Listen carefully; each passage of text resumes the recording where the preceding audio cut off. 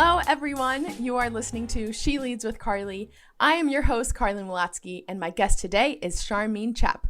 Sharmeen is a director of product management at Facebook, and after receiving her bachelor's and master's degree in electrical engineering from MIT, Sharmeen started off in engineering roles at Hewlett-Packard, Raytheon, and Leo. In 2015, she began her product career at Twitch, which is best known for its live streaming service of video games, where she eventually became the VP of Product and Engineering, before taking on a director role at Facebook. Her transition to Facebook, though, was unconventional and took a turn where she discovered that the following few months would also include a fight against breast cancer, for which she will definitely take us through this process, a process for which she is currently in right now, and one where she has really shared all the different steps of her journey, especially on her Twitter account.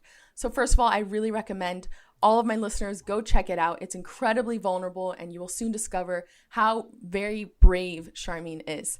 So first, Sharmeen, thank you for coming on the show. How are you today? Thank you, Carly. I'm doing really well. I'm feeling excited to be here and can't wait to talk about product and cancer and everything in between. Amazing, amazing. So first, set the scene. Where are you in the world? Are you working from home? What's your status? Yeah, so I live in the East Bay of San Francisco's area, and I am working from home and have been since the pandemic started. We used to live in the city and moved out here during the pandemic because we got pregnant with our son, who is now 16 months old. And it's the best decision we ever made. We love it. We're in nature and greenery. We can walk freely. The air is clean and crisp, and it's wonderful. Wow. Okay. Well, first of all, what a crazy last few months for you with a kid and everything else. So we'll dive into that. But first, what I love to do is take me back to MIT days. You got a bachelor's and master's in electrical engineering.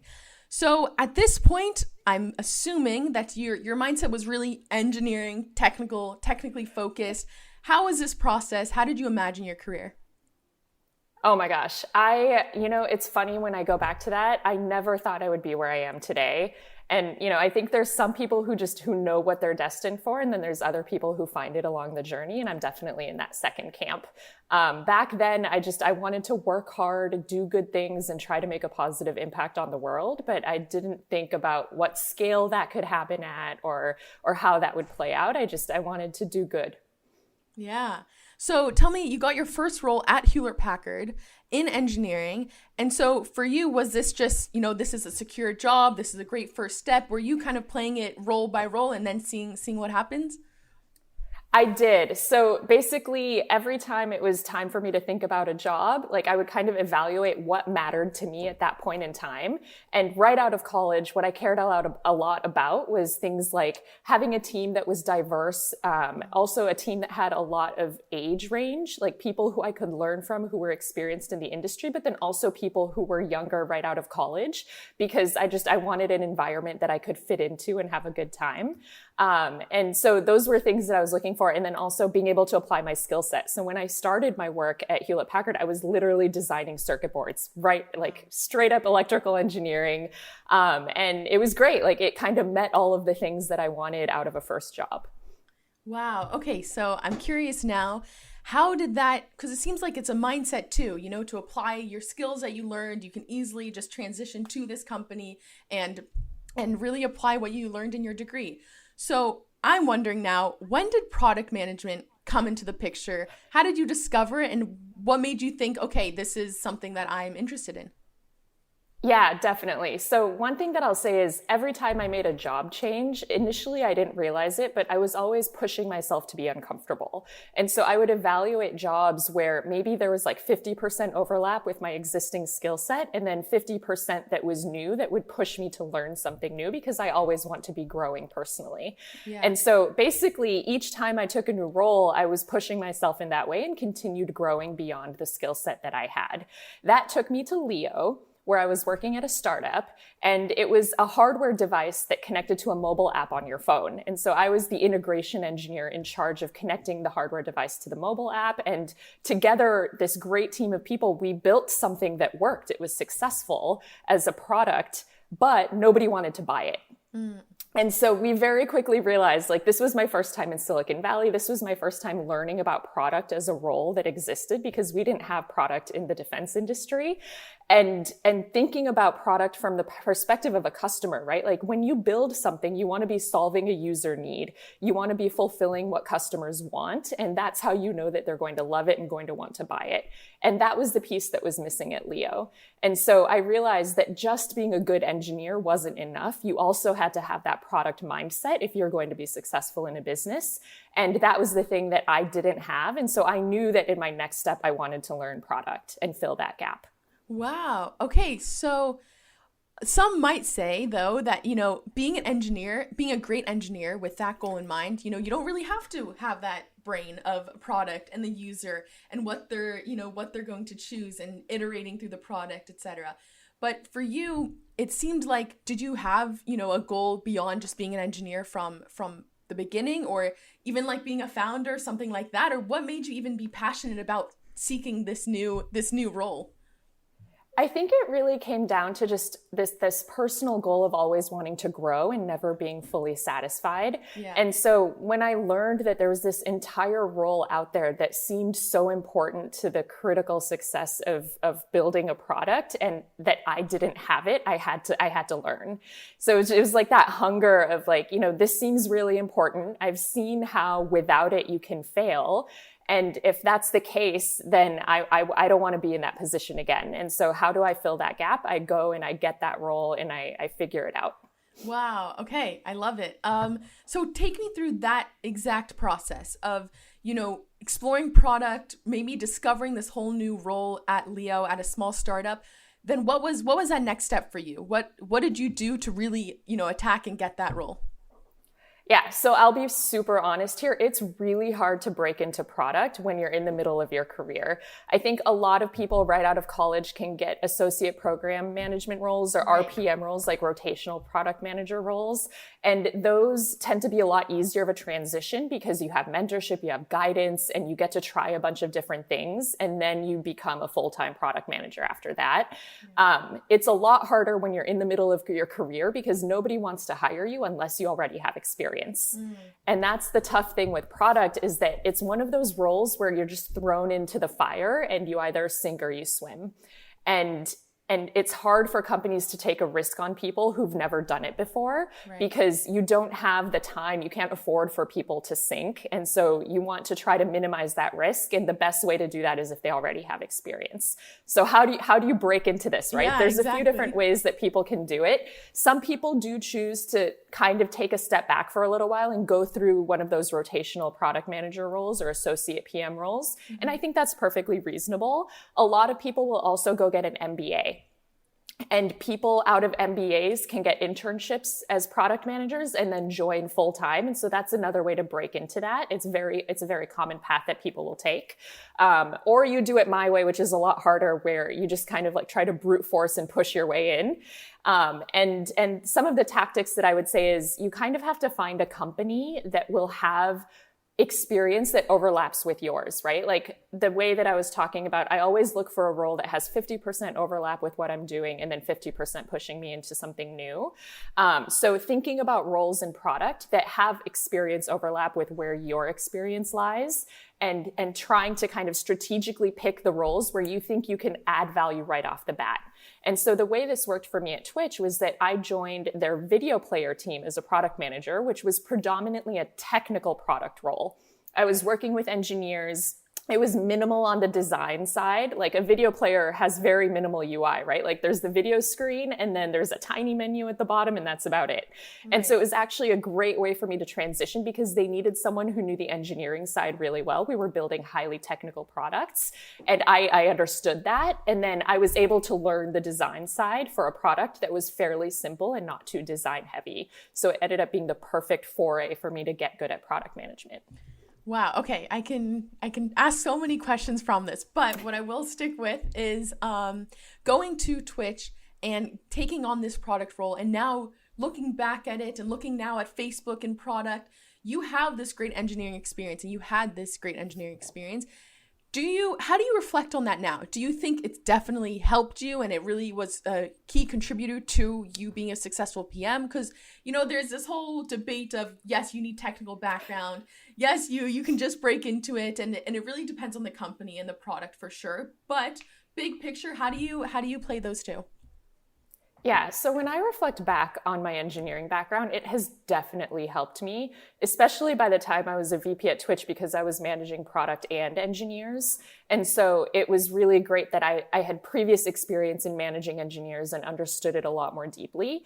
That being said, I also believe that if you set your mind to something, you can overcome anything. And any of those things that they say are requirements, you can learn either on the job or just by putting in extra hard work.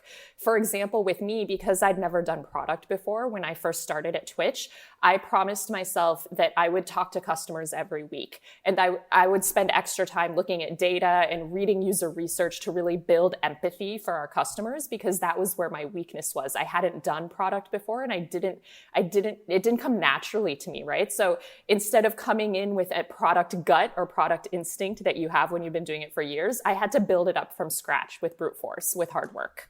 And so I would say, sorry, yeah, go ahead.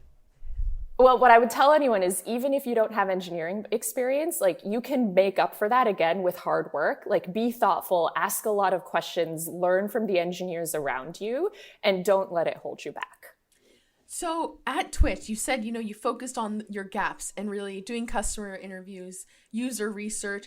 Was this on your own accord? Were people helping you? How did you, was this something that, Sharmeen, you went into and you're like, this is what I'm going to do? Is this something that you told them in the interview process that you needed to do? Like, what was that exact timeline? How did it look like? It was definitely a little bit of both. So it didn't come up in the interview process. But what I would say is there was a bit of, like, I was taking a risk on Twitch and Twitch was taking a risk on me. And it paid off really well for both of us, because when I joined, Twitch had less than 300 people. It had just been acquired by Amazon. So it had that validation, but it still wasn't really well known in mainstream popular culture. And so I think they had a little bit of flexibility to take a risk on someone who was new to product. And I was doing the same thing with them because they weren't a well-known name. And, in the time that I was there, we grew from 300 people to 2,000 people. By the time I left, we were like the leading in live interactivity and live streaming. And like, everybody started looking to us as like the top, right? And it was amazing to see that transition over the years. And I was able to grow with the company. And so it was lucky that we both grew and became successful together. Right. So I was actually just going to mention it if you didn't, but you very much went from product manager to the VP of product and engineering. I want to hear more about that process. Was it an intentional, step-by-step ladder up to VP, or how did that process look like for you? So I would say nothing has been intentional in the sense, like, I never had a 5-year plan or a 10-year plan that I was working towards, but it's intentional in the small steps, right? So every time that I would meet with my manager, I would tell them, look, I want to grow, I want to learn, and I would identify the ways that I could do that would help get me to the next step. And those were conversations that we had all the time. And so I was always working towards something. And with that kind of a mindset, it put me in a position where I was able to be the next person to be promoted. Or if an opportunity came up, they would say, hey, you mentioned you were interested in something like this. We had that conversation. Let's talk about it and make it a reality. And so just being intentional about your goals and what your desires are, and having those conversations with your manager regularly, are what will help you go on that path. Yeah, perfect. And then going from, promotion and going from product to VP, did you ever experience those, the famous imposter syndrome, and you felt, okay, maybe it's too early, or maybe I'm not ready for this VP role in product? But yeah, did you have any of that?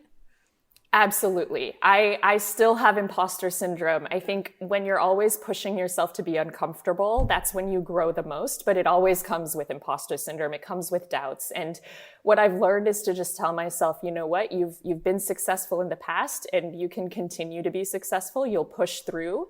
I think it's important to come at everything with humility, right? Be grounded, be humble, ask questions, and be honest about what you know and what you don't know.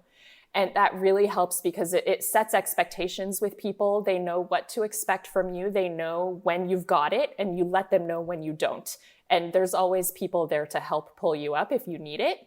And if you can be honest about that, it usually ends up being better than trying to hide it. Yeah. Oh, I really love that. So take me from a very technical product perspective. What are some key differences between, becoming a VP? Obviously now, instead of focusing on the product, now you're really focusing on the people who are managing the product. And, there are different nuances that come with it, but what would you say are some really key differences from a very technical perspective? That's a great question. So the first one you've already mentioned is that you're operating at scale. So it's no longer just about your personal output, but how you inspire other people to do their best work and how you make sure that they're on the right path and encouraging them to do what's best for the customers and the company. So that's the first step that's really difficult. And then the second one I would say is that when you're a VP, your job is to help empower your team do their best work. And so there's a few different things that go into that, right? One, it's setting an inspiring vision that excites them and that they look up to and want to work at every day. Two, it's setting basically expectations with your executives, right? Like with the CEO, with the other executives of the company of this is what our team is going to deliver for our customers and for our business. And that kind of becomes an unofficial contract of between you and the company, and then being able to deliver on that contract is really important. And so I think those are the differences, operating at scale versus being an individual contributor. Yeah. And what would you say are key, I would say, give me three key characteristics that every successful PM really should take. And if they don't, then, things to do that really grow that gap or that weakness into a strength. But it's really key for a successful PM. Yeah. So that's a really good question. Let me think through this. So the first one that comes to mind is being humble. It's not about you. Right? So a product manager is there to do what's best for the customers. It's never about your opinion or what you think is best. The data and the research should speak for itself. And so whenever you're kind of in an argument about what to do next, the argument can become really simple when you focus on the customer and what's right for them. So just remembering it's not about you, I think is a critical mistake I see early career PMs making. Make it about the customer. So coming with that sense of humility is really important.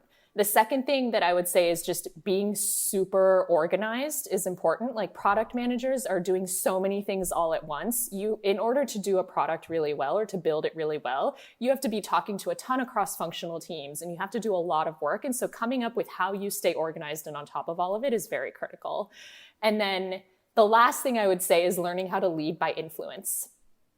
Because as a product manager, you don't actually directly manage any of the people that you're working with. You need to inspire them to do the work that you think is best for the customers. And so learning how to lead by influence and inspire other people and bring them along is really important. You can't just tell them what to do. Yeah. Wow. Okay. I think those are three great ones. I actually even thought when you mentioned the first one about coming with humility and thinking of the customer, it's also aligns with the idea of even removing your ego and not getting so close to an idea or, a feature and saying like, okay, I got to let it go. Like we put a lot of effort, but the user obviously isn't doing what we expected. So it's time to change it up. But wow, I think that those are great ones. So yeah, that's such a good point. It's really important not to let it get personal.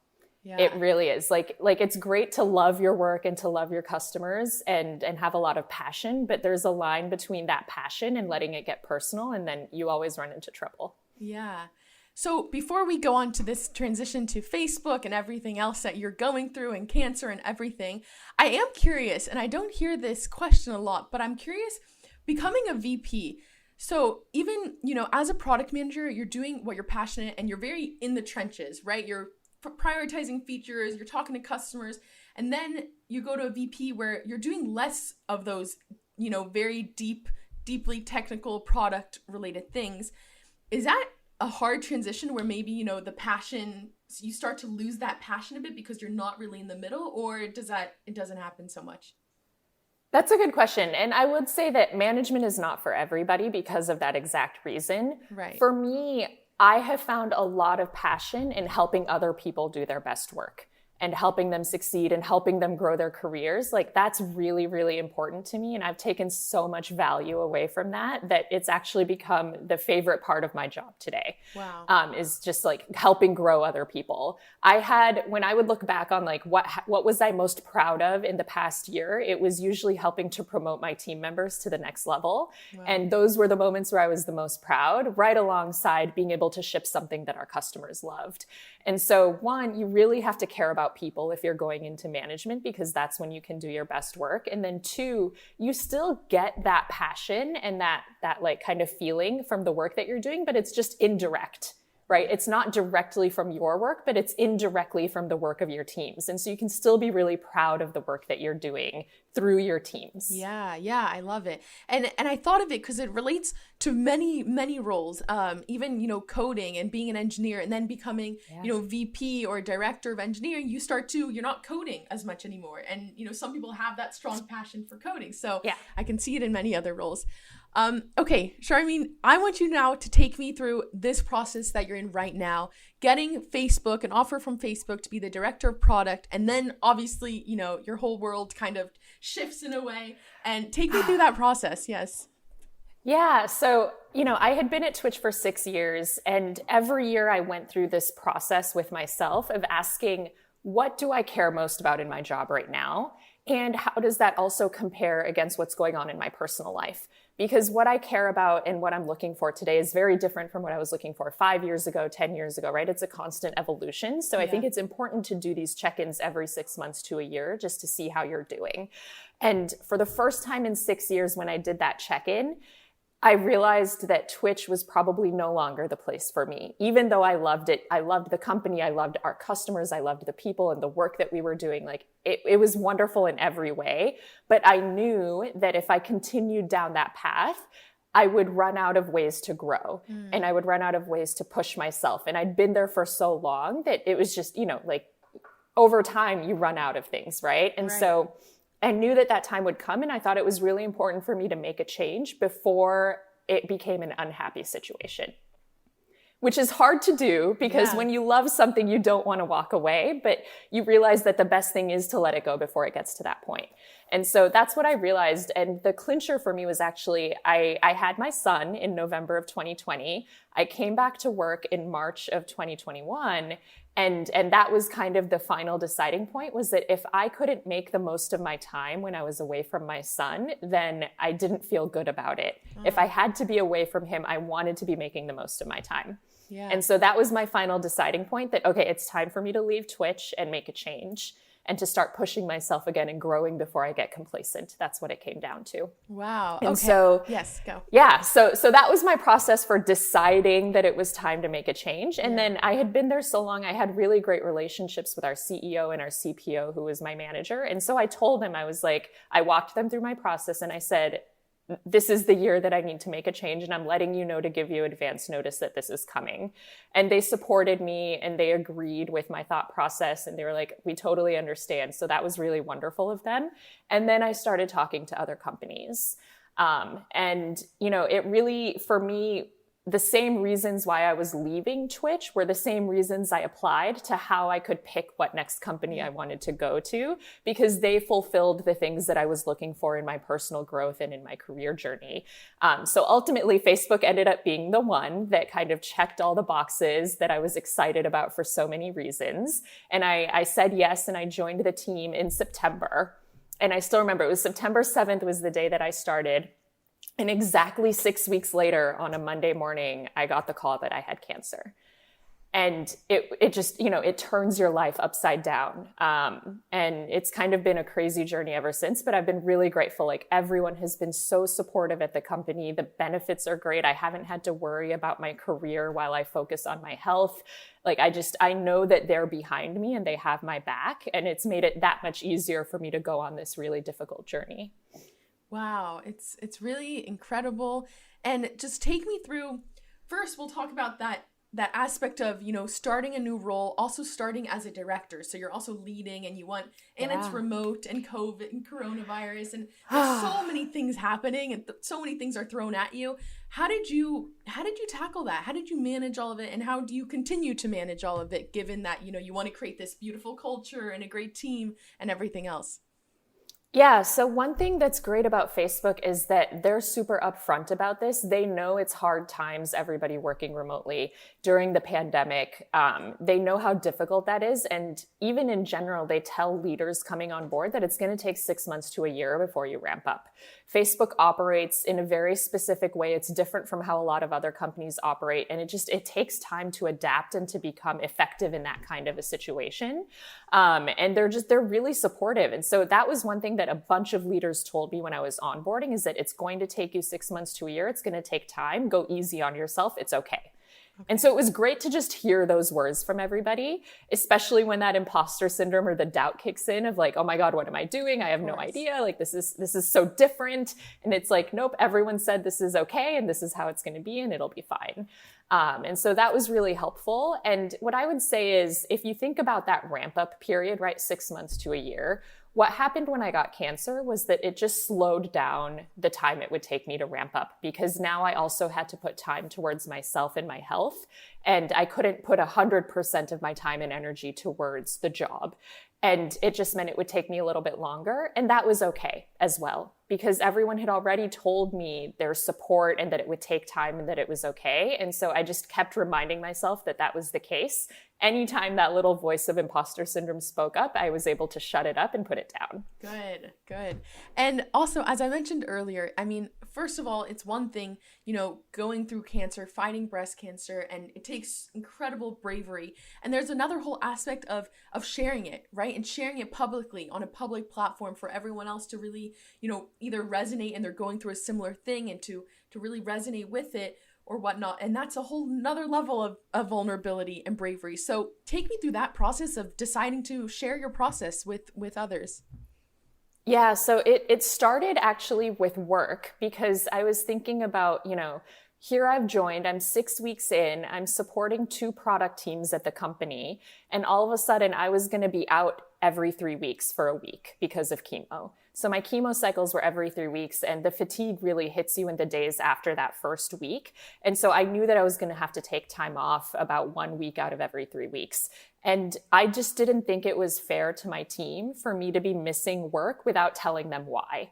And that was kind of like the first deciding point for me, was that I'm going to be open about this. I'm going to tell everybody, and I'm going to let my vulnerability become my strength. Wow. And then from there, I took it to another level of, well, it's the same thing with my friends and my family and people who I know around the world. And I want to tell them too. And so that's how I decided to share on social media as well.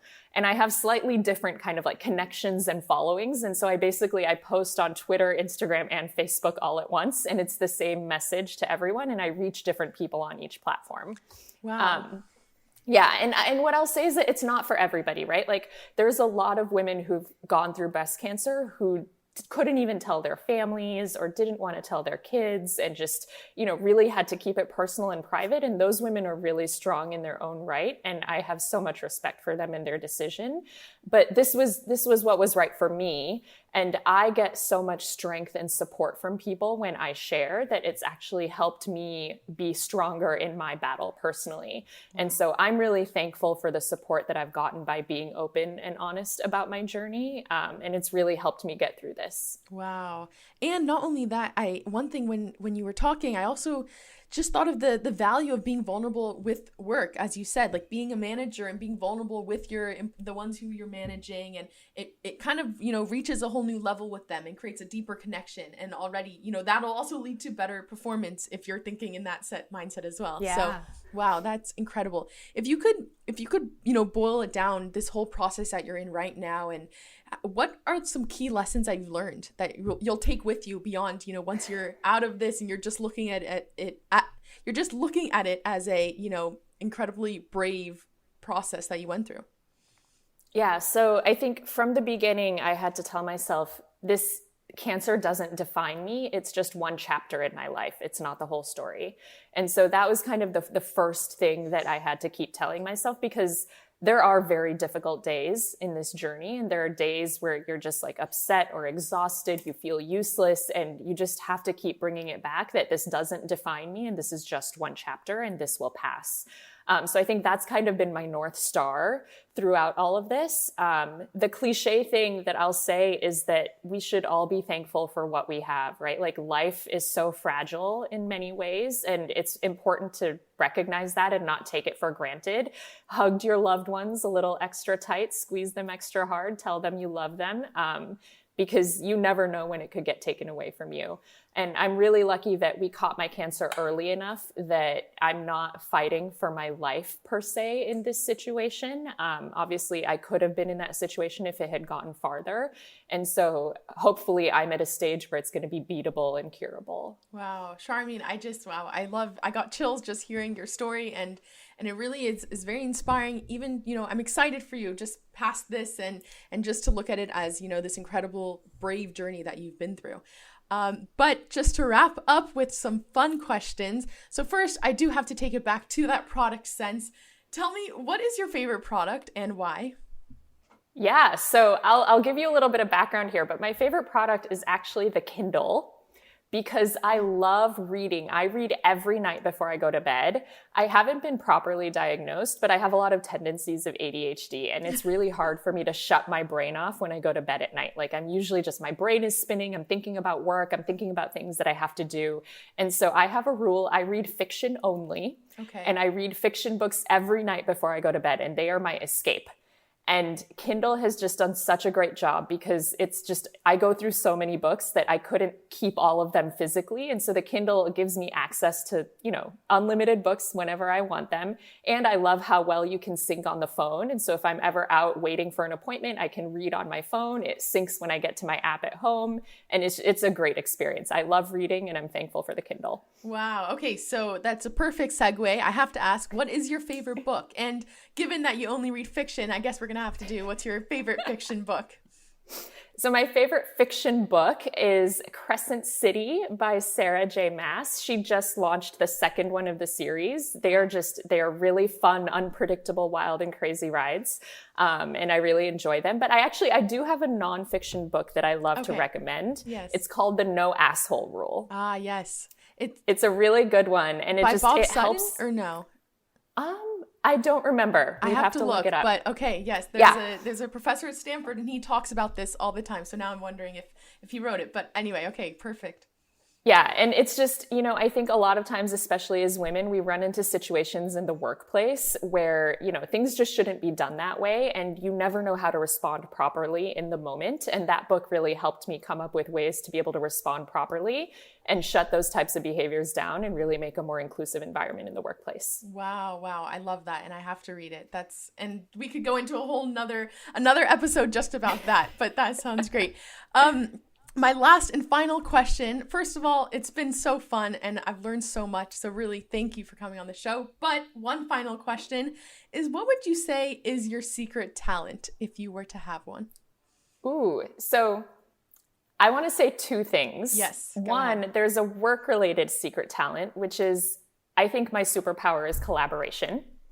And I love being able to bring people together, and through however difficult a conversation or decision might be, being able to guide us and walk out of it in a way where everybody feels good about it. Wow. So that's my work-related superpower. But outside of that, my favorite hobby or secret talent is that I love Bollywood dancing. I grew up dancing from the age of 4, and I've started 2 dance companies, one in Boston and one in San Francisco. We've put a pause since the pandemic, obviously, but dance is just such an important part of my life. It's like the favorite thing for me to do when I'm stressed out. It's my best release. And it brings me in touch with who I am. It's a great form of exercise and a way to express myself that I can't do in my work. Wow. Okay. I love it. Wow. Bollywood, it's a very fun, I've personally never done it, but I have to say it's incredibly fun to watch. So there's a lot of energy, and the culture, everything is perfect. So anyway, Sharmeen, thank you so much for coming on the show. It's been amazing. And yes, I'm really excited for others to really learn from you as well. Thank you, Carly. This was wonderful.